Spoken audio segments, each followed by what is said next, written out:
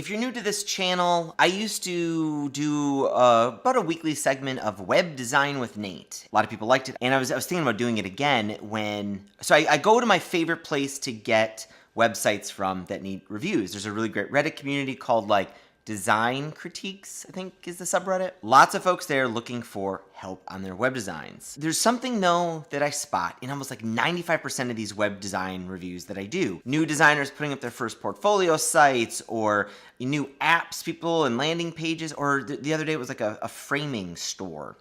Everybody's doing this wrong, and it's an easy fix. But first, let's talk about Walt Whitman. Leaves of Grass was, I believe, his first book, published in 1855 or something like that. We've probably all read it at some point in our lives, it seems. I think I had it in high school. I don't think I had much of an appreciation for it back then. Maybe I would now. I don't think I've read much Walt Whitman in a long, long time. Except this reviewer had this to say about it back in 1855.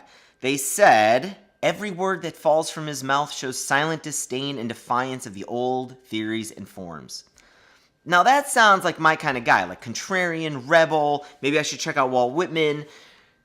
Here's the thing though. That anonymous review, it turns out, was Walt Whitman.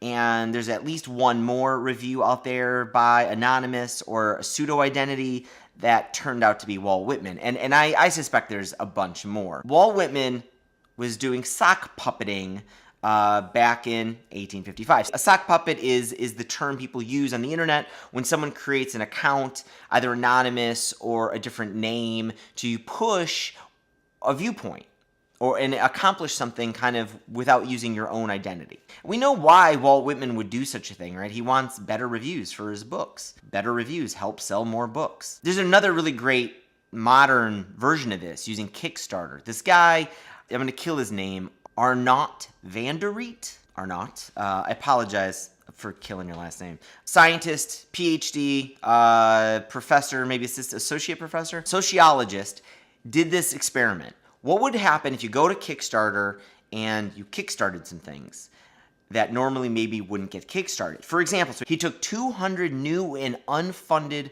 Kickstarter projects, and he just randomly took 100 of them and didn't do anything with them. He took another 100 randomly, and he became their first backer. Just with a little bit of money, became the first backer. Of the 100 he didn't fund, only 39% of those went on to get more funding, to get more backing. 61% of them, 61% of them remained at zero. The ones that he just randomly became the first backer, 70% of those went on to get more funding. In other words, just by becoming the first backer, he almost doubled the chances of any of these Kickstarter projects to receive more funding. What's interesting to me, he didn't just do this once. He replicated this experiment 3 more times at different platforms. eOpinions, Change.org, Wikipedia. They all have systems that kind of have a first mover kind of thing, where I think it's eOpinions, you can vote for reviews. At Change.org, signatures for petitions. In all these cases, when Arnaut was the first one to do something, more people came in than when he didn't do anything. Even just yesterday while I was writing an article about this, Alexis Ohanian, a friend of mine, founder of Reddit, husband of Serena Williams, he wrote an article on Medium, and he posted on Twitter a picture of him trying to upvote his own article, and Medium was like, you can't do that. And you used to be able to actually on Medium, and you can't do that anymore. And I found that kind of funny, because Reddit, back in 2005, they used sock puppeting to a very clever degree. When Reddit launched in 2005, there was nobody there, right? Alexis and his partner Steve, they created a bunch of fake accounts, upvoting stories and making comments, and you get the point. It made the site look a lot more active. What's the point of all this? Arnaut, Walt Whitman, Alexis, Reddit, everybody knows you need a little bit of social proof to get the thing rolling and moving. And some people do it more ethically than others. What is the problem 95% of the sites I review do? There's zero social proof, or they do a very bad job of it. Get use cases, get logos, testimonials.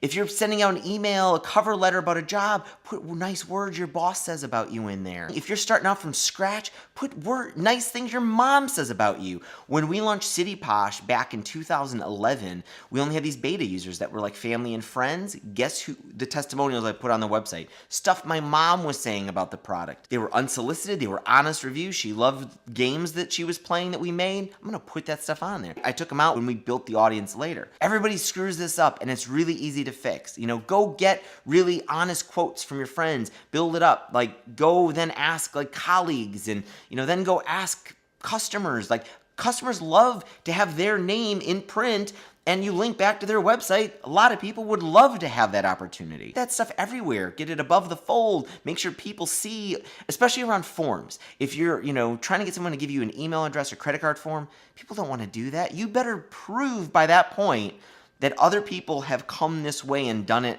before. So I love to surround any form I have with testimonials. Test it if you have the traffic. If you don't, I suggest layering on, aesthetically pleasing as you can, all the social proof that you can you can put in there. It's easy, but I find myself repeating this over and over and over again. Thought I'd make a whole vlog episode about it. If you dig these videos, please hit the thumbs up. Subscribe if you're new here, and I will see you tomorrow.